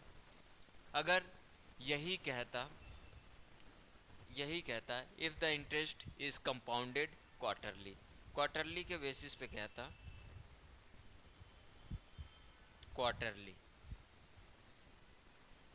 तो आप ऐसे समझो ना कि एक साल में कितने क्वार्टर होते हैं? तिमाही कितने होते हैं? 3 महीना, 1 2 3 4, 3 × 4 करते हो तो 4 बार आता है। तो जो आपका टाइम होगा, टाइम क्या होगा? 4 टाइम्स हो जाएगा। Time will B 4 times. और जो आपका रेट होगा वो क्या हो जाएगा? 1/4 हो जाएगा। Rate will be 1/4। आया ना? तो यहाँ पे हमारा जो टाइम है वो क्या हो जाएगा? 4 ईयर। और जो रेट होगा वो क्या होगा? 20/4, 1/4 होगा, यानी 5%। क्लियर है?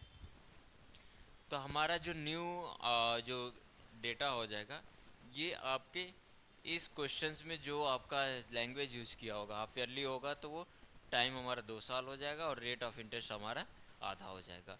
और यहाँ पे अगर क्वार्टरली यूज़ किया रहता तो टाइम हमारा क्या हो जाता? 4 टाइम्स हो जाता, और रेट ऑफ इंटरेस्ट 1/4 हो जाता। तो इसके हिसाब से ये 4 और 5 हो जाता। क्लियर है? तो बाकी जो ऐसे कैलकुलेशन वैसे करते थे वैसे ही सिंपल आपको कर लेना। बस ध्यान रखना कि अगर कंपाउंडेड हाफ ईयरली है तो उसके के लिए क्या होगा, अगर क्वार्टरली है तो उसके लिए क्या होगा। क्लियर है? नोट डाउन कर लीजिए, बाकी कैलकुलेशन सारी सेम है।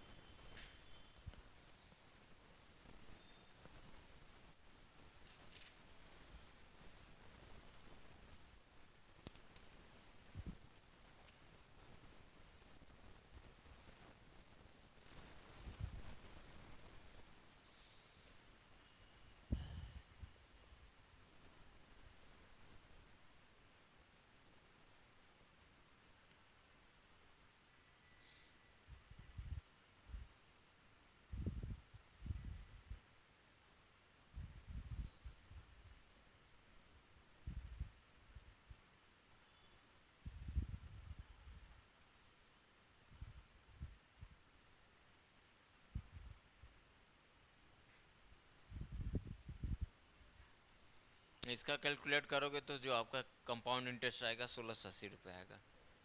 ठीक है, सिंपल हो जाएगा। यहाँ से आपका रेट पता है 10, तो 1/10 करके CI जो ट्री हमने बनाया था एवरग्रीन मेथड वहाँ से निकालना। 8000 का 2 पार्ट करोगे तो 1/10 और 1/10 आपका क्या हो जाएगा 800 रुपये। फिर फर्दर उसका 10% लोगे तो 80 रुपये। तो 800 800 1600 और 80 1680 रुपये।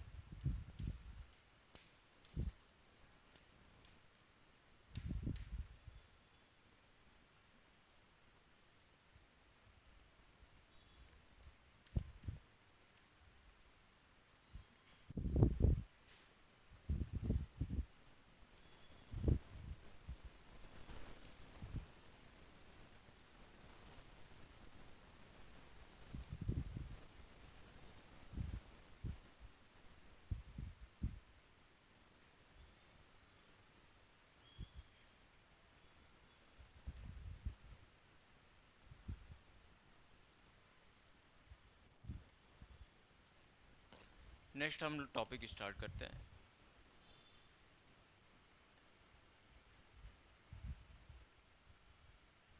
ज्योमेट्री। ज्योमेट्री में हम आपको केवल 3 टॉपिक पढ़ेंगे। ज्योमेट्री में आपका स्ट्रेट लाइन, ट्रायंगल और आपका एक सर्कल। ठीक है, तो यहाँ पे हमारा जो टॉपिक कवर होगा that's one is first one is straight line.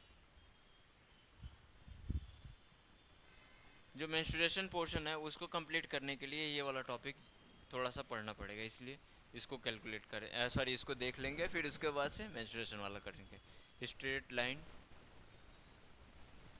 Triangle और लास्ट में आपका circle. Straight line, triangle and circle. Straight line में आपका पता ही है, स्ट्रेट लाइन में कुछ टर्म्स यूज होते हैं, जैसे कॉन्करेंट लाइन क्या होती है, आपका ट्रांसवर्स लाइन क्या होती है, पता है ना। कॉन्करेंट लाइन क्या होती है, ट्रांसवर्स लाइंस क्या होती है, पता है कि नहीं।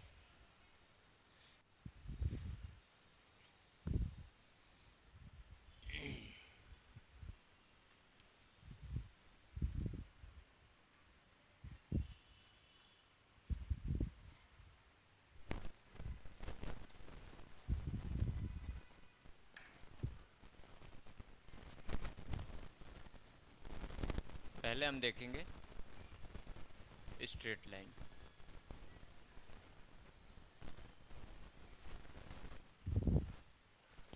इसमें आपको पता है कि कॉन्करेंट लाइन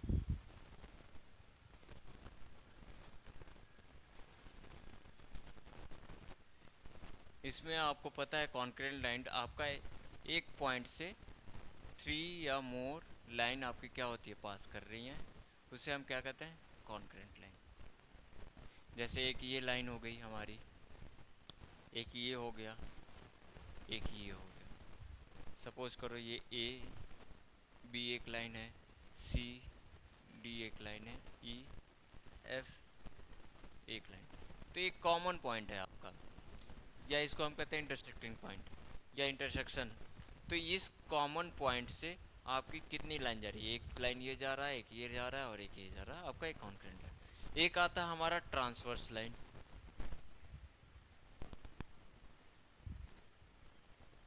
ट्रांसवर्सल लाइन या ट्रांसवर्स लाइंस।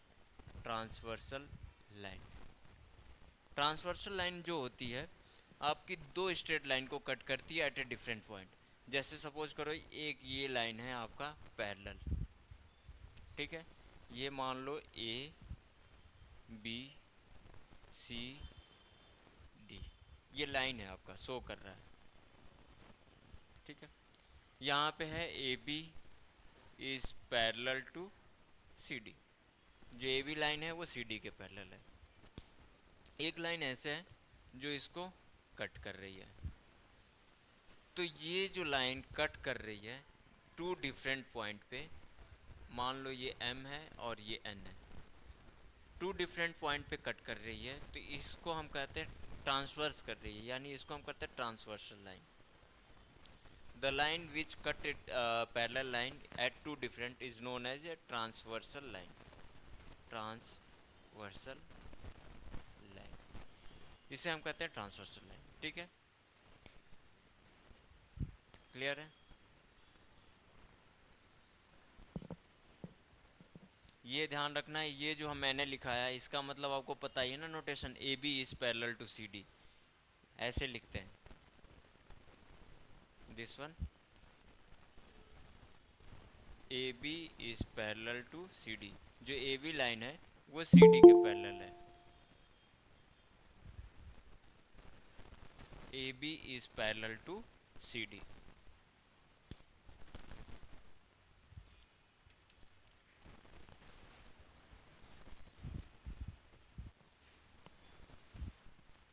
रब कर दूं इसको।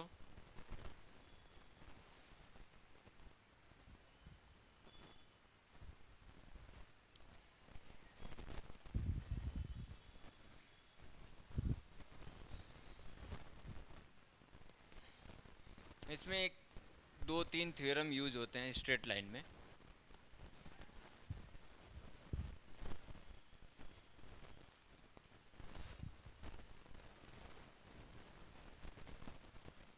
दो तीन थ्योरम होता है, एक होता है vertically opposite angle,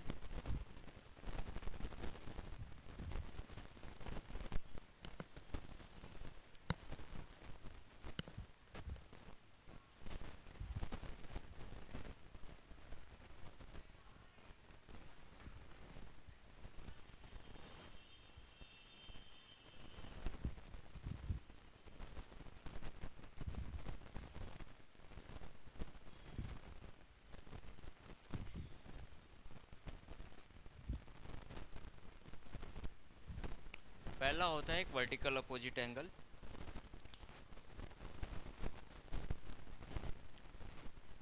vertical opposite angle होता क्या है, अगर दो स्ट्रेट लाइन इंटरसेक्ट करती हैं एक दूसरे को, तो उसमें जो आपके एंगल हैं अपोजिट वर्टिकली, जैसे मान लो सपोज करो एक स्ट्रेट लाइन ये हो गई हमारी ए एंड बी, ठीक है, ये दो स्ट्रेट लाइन आपको क्या कर रही है, इंटरसेक्ट कर रही है सी एंड डी, हाँ या ना?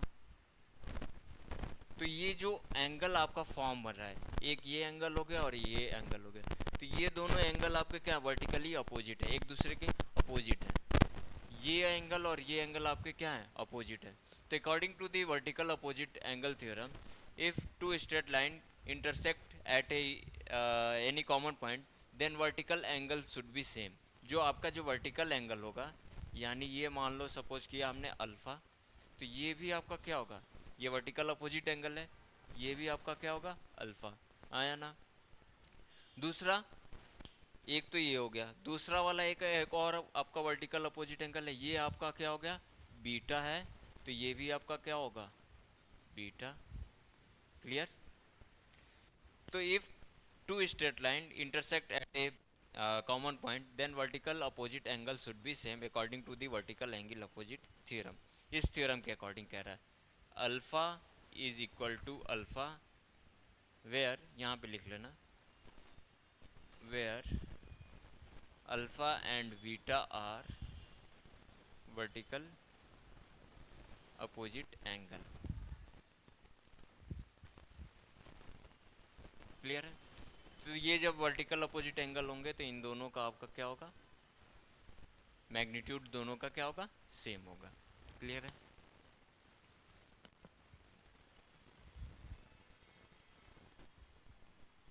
अच्छा ये बताओ, ये एक स्ट्रेट लाइन है, ये एक आपका पॉइंट ओ है, ए एंड बी, तो स्ट्रेट लाइन पे गिवन पॉइंट पे आपका कितना एंगल बनेगा एट पॉइंट ओ, ये एंगल कितना होगा बच्चा, कितना है, 180। तो यहाँ पे आपका ये क्या होता है, 180 एंगल, और ये भी क्या होगा, सेम, हाँ या ना? ये भी आपका क्या होगा, 180। तो इस पॉइंट के अराउंड टोटल एंगल कितना हो गया, किसी गिवन पॉइंट पे ये अगर मैंने ओ लिया, तो ये टोटल अराउंड, इसके अराउंड आपका क्या होगा एंगल, 180 एंड 180 360। तो मैं इसको ऐसे लिख सकता हूँ, अल्फ़ा ये एंगल प्लस बीटा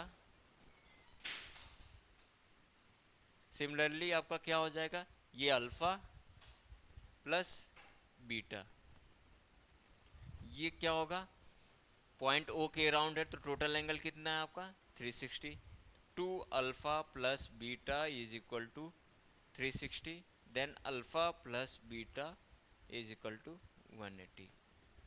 तो यहाँ से हमें पता चल रहा है कि अल्फ़ा बीटा अगर 180 है तो एक स्ट्रेट लाइन पे ये होंगे, तो ये आपका अल्फ़ा है, ये बीटा है, तो ये स्ट्रेट लाइन आपके ए बी पे है। क्लियर है? इतना तो पता ही है ना कि एक स्ट्रेट लाइन पे एक गिवन पॉइंट पे आपका जो एंगल बनता है 180 होता है, और पूरे अराउंड अराउंड जो आपका कहते हैं कंप्लीट एंगल जिसे कहते हैं, दैट वन इज 360। क्लियर है? Complete angle, acute angle, obtuse angle, right angle, complete angle, reflex angle, पता है ना आपको? पता है?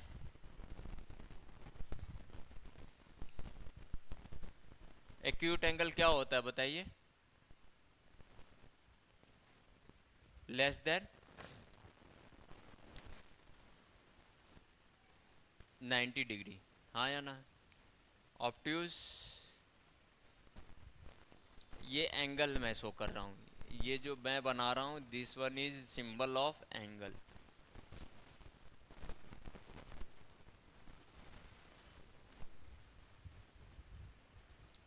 ऑब्ट्यूस में क्या होगा आपका, 0 से ज़्यादा होगा, सॉरी हाँ 90 से ज़्यादा होगा और 180 से कम होगा।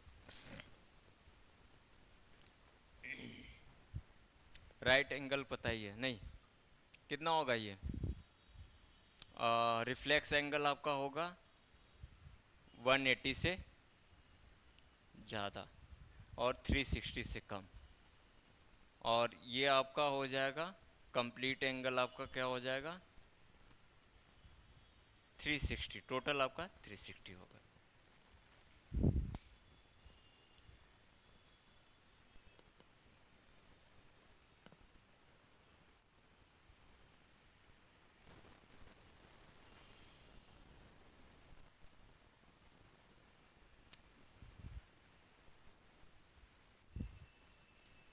इसको रब कर दूं,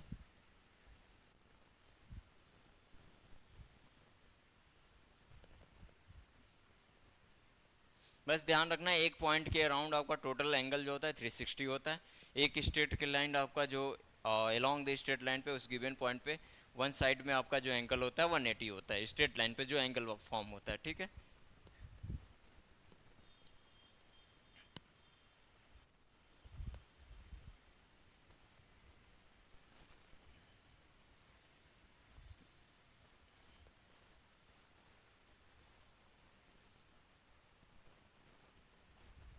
एक आता है करस्पॉन्डिंग एंगल थ्योरम।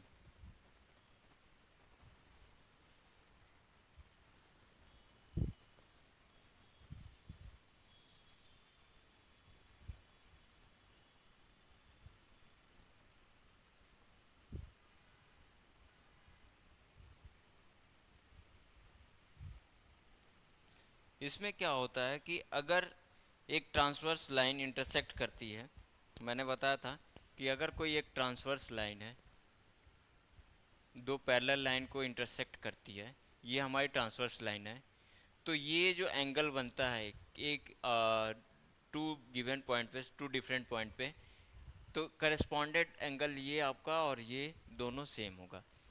एंगल ये जो बन रहा है, सपोज करो ये अल्फ़ा है तो ये आपका अल्फ़ा हो जाएगा, करस्पॉन्डेंस एंगल। सिमिलरली अगर ये हमारा क्या है बीटा, दिस वन, ये हमारा क्या है बीटा, तो ये भी हमारा क्या होगा बीटा। ये और ये आपके क्या है करस्पॉन्डेंस एंगल है, हाँ या ना? ये वाला भी आपका क्या होगा, मैंने बताया था अभी वर्टिकली अपोजिट एंगल वाला है, तो ये अगर एंगल एक स्ट्रेट लाइन, सॉरी दो स्ट्रेट लाइन एक दूसरे को कट कर रही है एट ए गिवन पॉइंट पे, तो इनका वर्टिकली अपोजिट एंगल दोनों क्या होगा सेम। अगर ये अल्फ़ा है तो ये भी अल्फ़ा का क्या होगा अल्फ़ा होगा ना, हाँ या ना? ये वाला पोर्शन आपका क्या होगा अल्फ़ा। ये अपोजिट है एक दूसरे, एक ऐसे कट कट रहा है एक ऐसे कट कर रहा है, तो ये भी अल्फ़ा। सिमिलरली आपका ये और ये आपका क्या होगा, सॉरी ये भी आपका क्या होगा वर्टिकली अपोजिट एंगल, तो ये पहले वाले थ्योरम के अकॉर्डिंग ये दोनों आपके क्या हो जाएंगे सेम हो जाएंगे। हाँ क्लियर है? इसी तरह इसमें भी कर लोगे, ये बीटा है तो ये वाला एंगल भी आपका क्या होगा, बीटा। ये अल्फ़ा है तो ये एंगल अल्फ़ा होगा। ये और ये वर्टिकली अपोजिट एंगल हो जाएंगे। ये और ये दोनों क्या है, डिफरेंट स्ट्रेट लाइन पे। एक ये तुम्हारा सी डी लाइन है और ये तुम्हारा ए बी लाइन है। तो जो वर्टिकल अपोजिट एंगल होता है, सॉरी, वो एक लाइन पे ही मिलता है, एक लाइन का इंटरसेक्शन पे। और जो आपका करस्पॉन्डेंट एंगल होंगे वो डिफरेंट लाइन पे। एक ट्रांसवर्स लाइन होगी, एक ट्रांसवर्स लाइन क्या बताया था मैंने, transverse line which cut the two parallel lines eight a different point. यहाँ पे ये कट कर रहा है तो ये एंगल जो है अल्फ़ा, अल्फ़ा ये आपके क्या है, करस्पॉन्डिंग एंगल है। और इन दोनों में जो आप अगर कॉमन देखेंगे तो ये आपके अल्टरनेट एंगल है। इतना पता है? तो ये एक थ्योरम हो गया।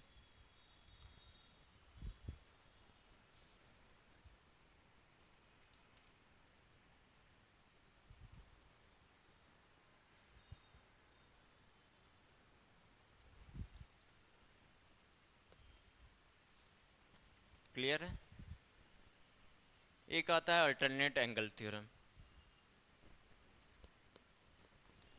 इसके बाद से क्वेश्चंस करेंगे। क्वेश्चंस बहुत अच्छे अच्छे आते हैं, इसमें करने में अच्छा लगेगा आपको। Alternate angle theorem, alternate angle theorem. इसमें क्या है आपका,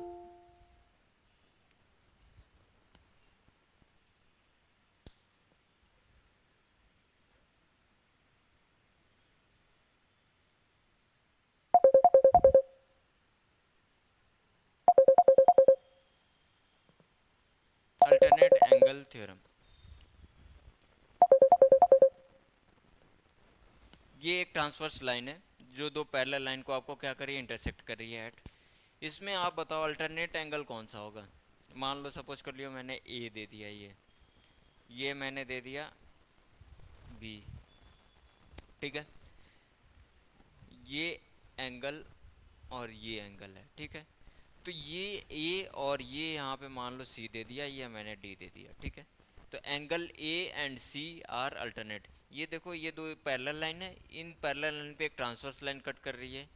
यहाँ का जो एक जस्ट अपोजिट साइड में जो अल्टरनेट में आपका जो एक एंगल है, this one A and C, ये आपके क्या होंगे, angle A and C are alternate angle. ये आपके क्या है, अल्टरनेट एंगल है। और ये दोनों आपके क्या होंगे, बराबर होंगे। सिमिलरली ये angle, angle D and B आपके क्या होंगे, अल्टरनेट एंगल होंगे। और ये दोनों आपके क्या होंगे, बराबर होंगे, इक्वल होंगे मैग्नीट्यूड में। क्लियर है? इक्वल होंगे। ये और ये आपके क्या हो गए, अपोजिट एंगल। ये और ये अपोजिट एंगल। ये वैल्यू और ये वैल्यू आपकी क्या हो गई, क्या हो गई, करेस्पॉन्डेंस एंगल। और ये आपके क्या होंगे, अल्टरनेट एंगल। क्लियर है? एक क्वेश्चंस करते हैं फिर उसके बाद देखते हैं। क्वेश्चंस बहुत आसान आता है इसमें, बस ध्यान रखना है एंगल कितना होता है, कौन कौन से एंगल बराबर होते हैं। एक पॉइंट पे एंगल 360 होता है टोटल कंप्लीट एंगल।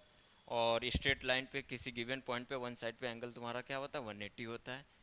अराउंड का पूछेगा तो टोटल 360, वन साइड का पूछेगा तो 180। ये क्वेश्चन है आपका।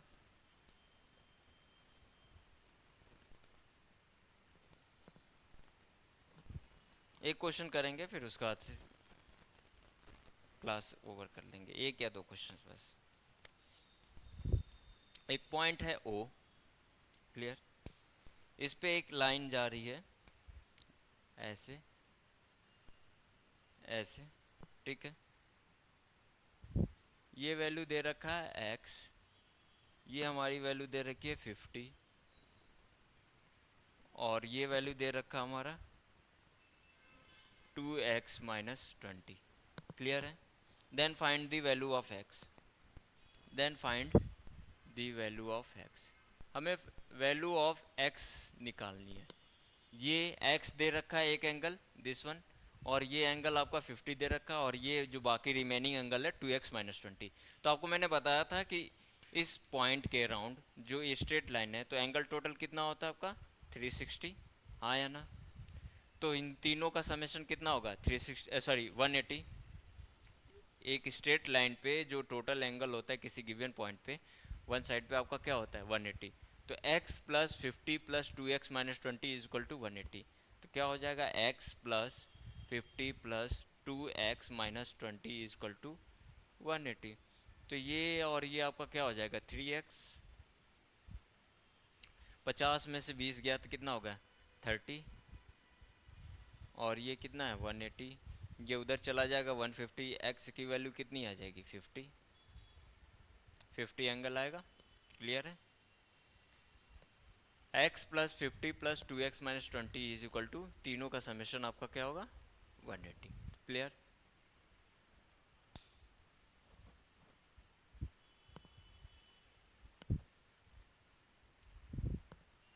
सिमिलरली एक और दे रखा है,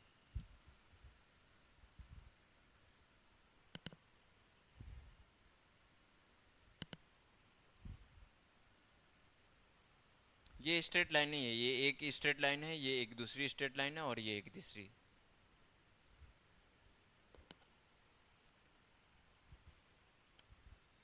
ये हमारा x है,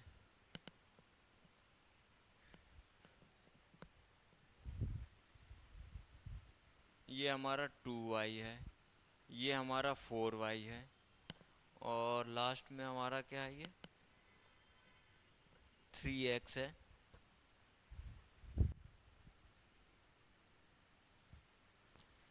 y की वैल्यू दे रखी है, सॉरी x की वैल्यू दे रखी है 36। हमें फाइंड आउट करना है y। निकालिए इसको। अब जो वैल्यू हमने लिया है वो गिवन पॉइंट के अराउंड लिया है, तो टोटल आपको पता है कि किसी भी गिवन पॉइंट के अराउंड जो एंगल होता है टोटल सम वो क्या होता है 360। हाँ या ना, अराउंड एनी पॉइंट 360। तो आपको पता है x plus 2y plus 3x plus 4y is equal to 360। तो आप सम कर लो इसका, क्योंकि पॉइंट O की बात कर रहे हैं ना, इस पॉइंट O के अराउंड दे रखा है सारा एंगल। तो हमें पता है x plus 2y plus 4y plus 3x is equal to 360। x और ये कितना हो गया आपका 4x, 4 प्लस 6y ये इज इक्वल टू 360। यहाँ से हमारा x की वैल्यू कितनी दे रखी 36।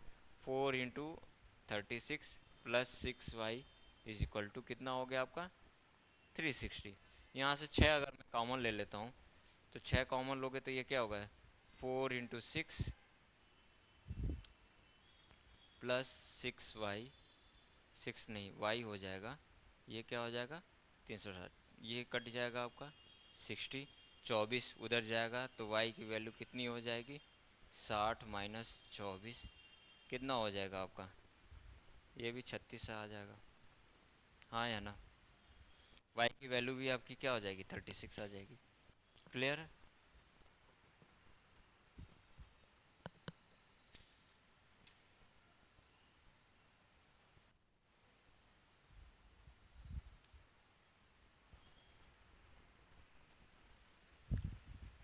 चलिए ठीक ठीक है, फिर आप लोग नेक्स्ट क्लास में मिलेंगे। फिर एक और 2 क्वेश्चन है उसको करके नेक्स्ट क्लास में, अभी टाइम हो गया ना आप लोग का। चलो ठीक है, बाय। कर लेना है इसको सारे क्वेश्चंस को आप लोग।